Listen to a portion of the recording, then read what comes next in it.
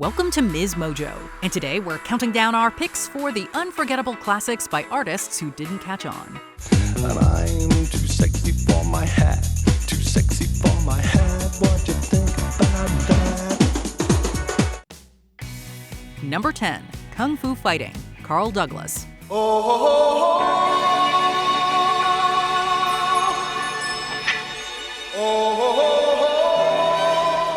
This disco novelty song was a huge hit for its original artist.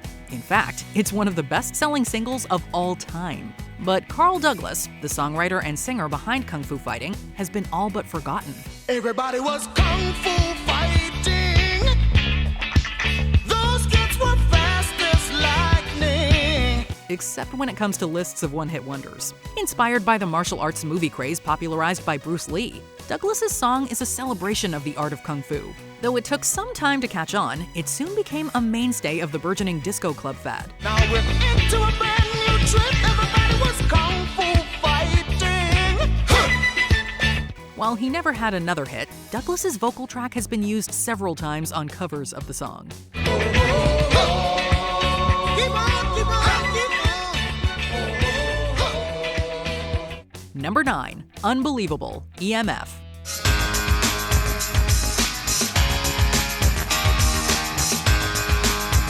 Even if you don't know the rest of the song, its title and distinctive guitar riff were everywhere in the 90s and 2000s. If you experienced any media from that era, you've probably heard Unbelievable.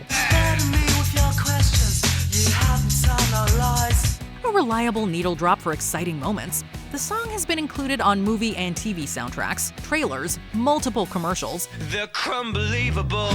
New Kraft Crumbles. and on the loudspeakers at sporting events. The things you say, you're unbelievable. However, EMF, the band behind it, didn't achieve the same cultural significance. Unbelievable was their biggest hit. The band didn't release an album of new material between 1995 and 2022. You're unbelievable.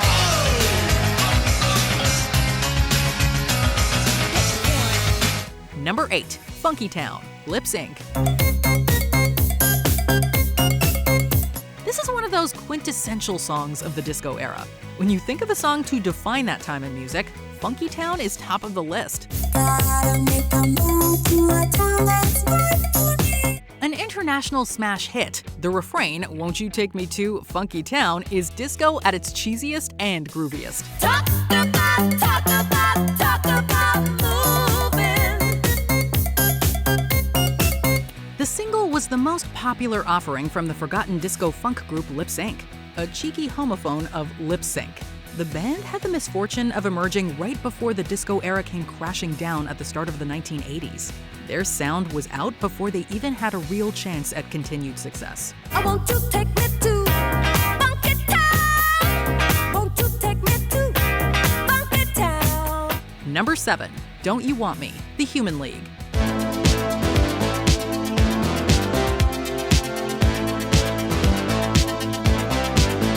Like other songs on this list, this one has become more emblematic of a time and place than an individual artist's work. You were working as a waitress in a cocktail bar when I met you.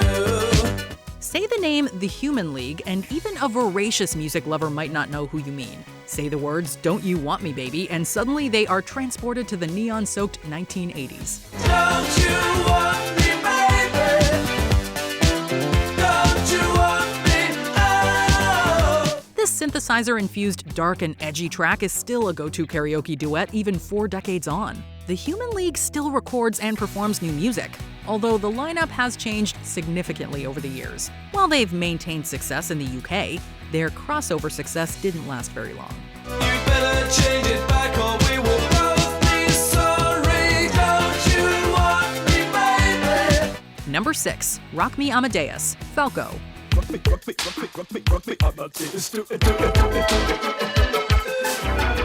Produced by famed Dutch producers, recorded by an Austrian artist, and written in German, Rock Me Amadeus is an international affair. It tells the story of Wolfgang Amadeus Mozart to a danceable 80s synth composition.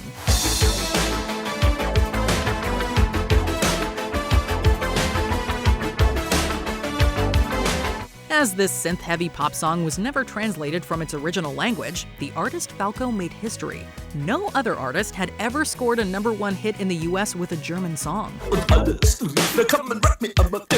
While he had more hits in Austria and other parts of Europe, his career in primarily English-speaking markets didn't continue to grow.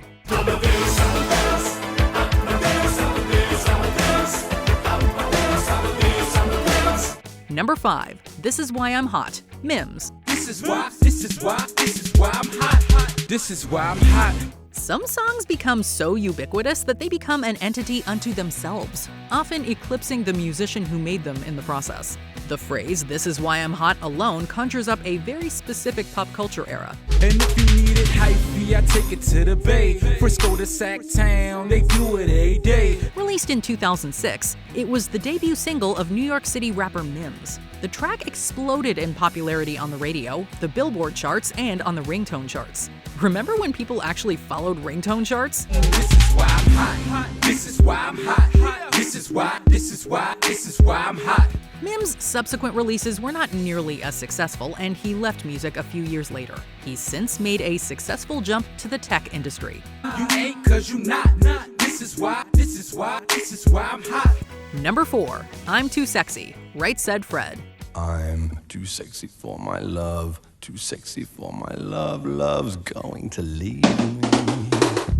It's kind of ironic that the artist of this anthem of self-centeredness, superficiality, and narcissism is anonymous to so many people. British pop band Right Said Fred scored major chart success with I'm Too Sexy.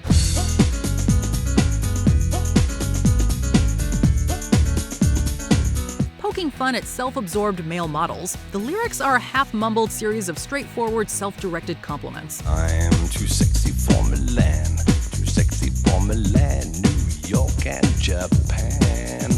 The song charted in several countries, and Taylor Swift even worked portions of the song into Look What You Made Me Do. Oh, look what you made me do. Look what you made me do. Its use in movies and TV has further expanded its profile. However, the band itself remains an oddity of culture. I'm too sexy for my shirt. Too sexy for my shirt. So sexy it hurts. Right Said Fred still performs, although most people who know them only recognize their single culture-shifting hit. I'm a model, you know what I mean, and I do my little turn on the catwalk. Number 3. My Sharona, The Knack.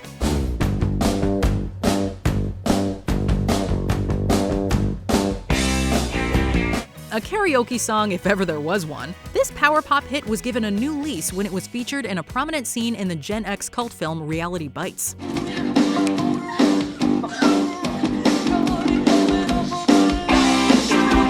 But it was about 15 years old by that point. Still, My Sharona was a huge hit when first released. It's a genre-straddling single by The Knack. Oh, my little pretty one, when you gonna give me some time, Sharona? An oft-forgotten band whose sporadic output didn't help them step out from the shadow of their biggest hit. Allegedly written in 15 minutes, the song became a success almost immediately. Never gonna stop, give it up, such a dirty mind, I always get it up, for the touch of the younger kind. Despite this, The Knack's flirt with fame was almost as brief. Bye, bye, bye, wow! My Sharona. Number 2. 7 Years, Lucas Graham. It was a big, big world, but we thought we were bigger. Pushing each other to the limits, we were learning quicker. With its shameless sentimentality and earwormy chorus, 7 Years didn't win over critics, but it certainly made an impression on listeners all across the globe. The 2015 single went platinum in more than a dozen countries. However, the artist behind it has remained relatively low-key. I always had that dream like my daddy before me. So I started writing songs, I started writing stories. Some listeners might be shocked to learn that Lucas Graham is not one man, but several. Lucas Graham is actually a Danish band anchored by Lucas Forchhammer and Mark Valgren. However, they don't seem all that eager to chase fame, with lead singer Forchhammer insisting he felt no pressure to maintain that kind of exposure. Once I was 20 years old, my story got told. I was writing about everything I saw before me. Before we can continue, be sure to subscribe to our channel and ring the bell to get notified about our latest videos. You have the option to be notified for occasional videos or all of them. If you're on your phone, make sure you go into your settings and switch on notifications. Number 1. Cheerleader, Omi.